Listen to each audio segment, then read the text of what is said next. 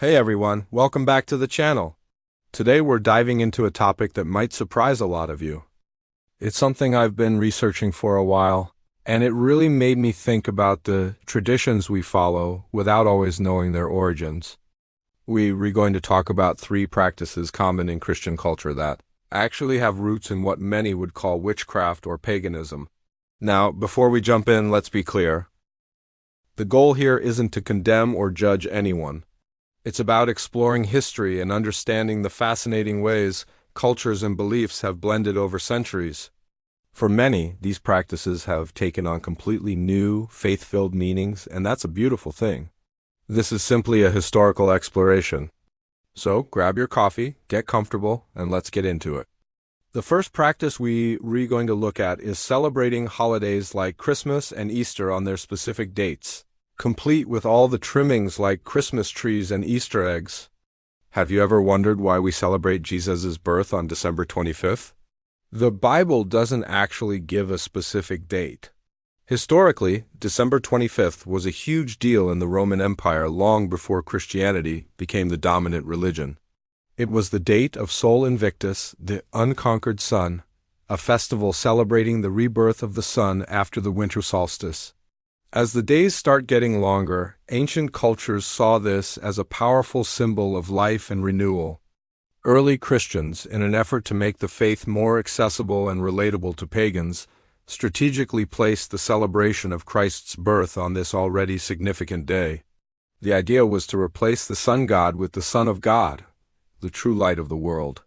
It was a brilliant move, a way of rebranding a popular festival with a new Christian meaning. And what about the Christmas tree? This tradition has strong ties to ancient pagan practices.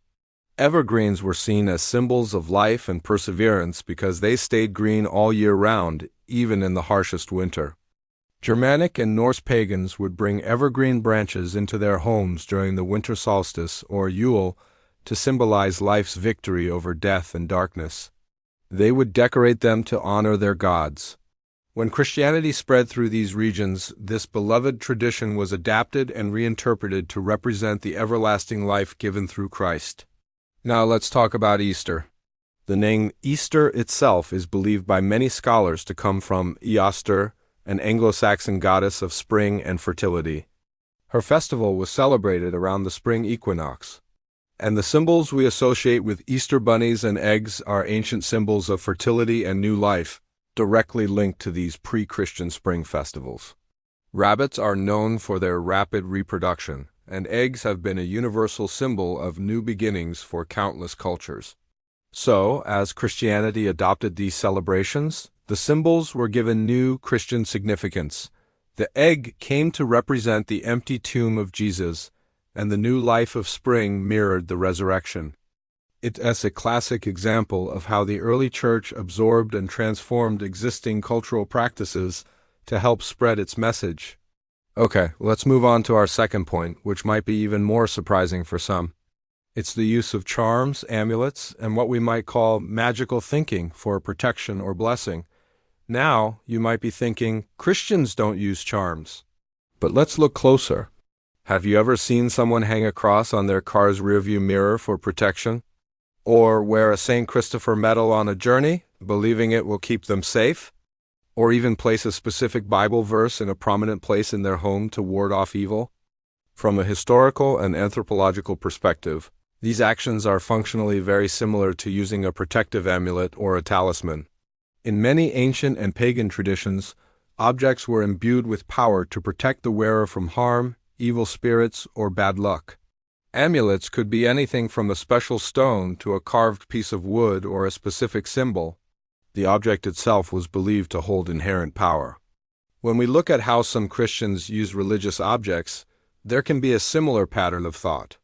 The belief can sometimes shift from this object reminds me of God's power and protection to this object itself has the power to protect me.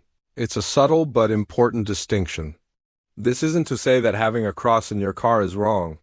For the vast majority of people, it's a beautiful and constant reminder of their faith and of God's presence. But the historical root of using physical objects for spiritual protection is deeply embedded in pre-Christian, magical traditions from around the world. Think about the concept of holy water, the practice of using specially blessed water for purification and protection, is found in many religions, including ancient Roman and Greek paganism, where it was used to cleanse people and places before rituals. The early church adopted this practice, infusing it with Christian meaning, symbolizing baptism and spiritual cleansing through Christ. Again, the practice itself isn't new, but its meaning and context are completely transformed. It's just fascinating to see how this human impulse to have a tangible symbol of divine protection manifests across different belief systems, just with different symbols and a different theological framework. Now for our third and final point, and this one delves into our daily language and rituals. Things like saying bless you after someone sneezes and the structure of some of our prayers. Let's start with sneezing. Why do we say God bless you or just bless you? This tradition is incredibly old. One of the most popular theories goes back to ancient times when people believed a sneeze could expel your soul from your body. Saying God bless you was a way to protect the sneezer's soul from being snatched by evil spirits that might be lurking nearby. Another theory, from the time of the bubonic plague in Europe, suggests that a sneeze was often the first symptom of the deadly disease. Pope Gregory the Great is said to have commanded people to say God bless you as a mini prayer, hoping to protect the person from succumbing to the plague. Both of these origin stories are rooted in a kind of superstition or folk magic, a belief that certain words could have a direct, protective effect against unseen forces, whether they be spirits or disease. While today we just see it as a polite and automatic response, its origins lie in a worldview where the spiritual and physical worlds were constantly interacting in potentially dangerous ways. Now let's consider the structure of prayer. In Christianity, prayer is a direct conversation with God. But if we look at some forms of repetitive prayer or chanting, we can see parallels with the casting of spells in pagan and magical traditions. A spell is essentially a focused intention, spoken aloud with specific words, often repeated to bring about a desired result. The idea is that the words themselves, spoken with intent, have power to shape reality. Consider a prayer where someone repeats a specific phrase over and over, hoping for a particular outcome like health, wealth, or a specific event to happen. While the Christian framework is that you are petitioning an all-powerful God who can choose to answer, the act of using repetitive, formulaic language to influence events has a strong echo in magical practices. The key difference, of course, is the source of the power. In magic, the power often resides in the words, the ritual, or the practitioner's will. In Christianity, all power resides in God, and the prayer is an act of submission and request to Him. However, the external form, the repetitive vocalization of a desire, can look remarkably similar. This isn't to say prayer is witchcraft, not at all. It's just to notice the common human method of using structured language to connect with the spiritual realm and seek influence over our lives. So, there you have it. Christmas trees, Easter bunnies, protective metals, and even saying bless you. 3 things deeply woven into Christian culture that have fascinating roots in pre-Christian, pagan, and what some would call magical traditions. It's a powerful reminder that culture and faith are not static. They are living, breathing things that evolve, adapt, and borrow from one another over time. Instead of seeing these connections as something negative, we can see them as a testament to the early church's ability to meet people where they were, using familiar symbols to communicate a new and profound message.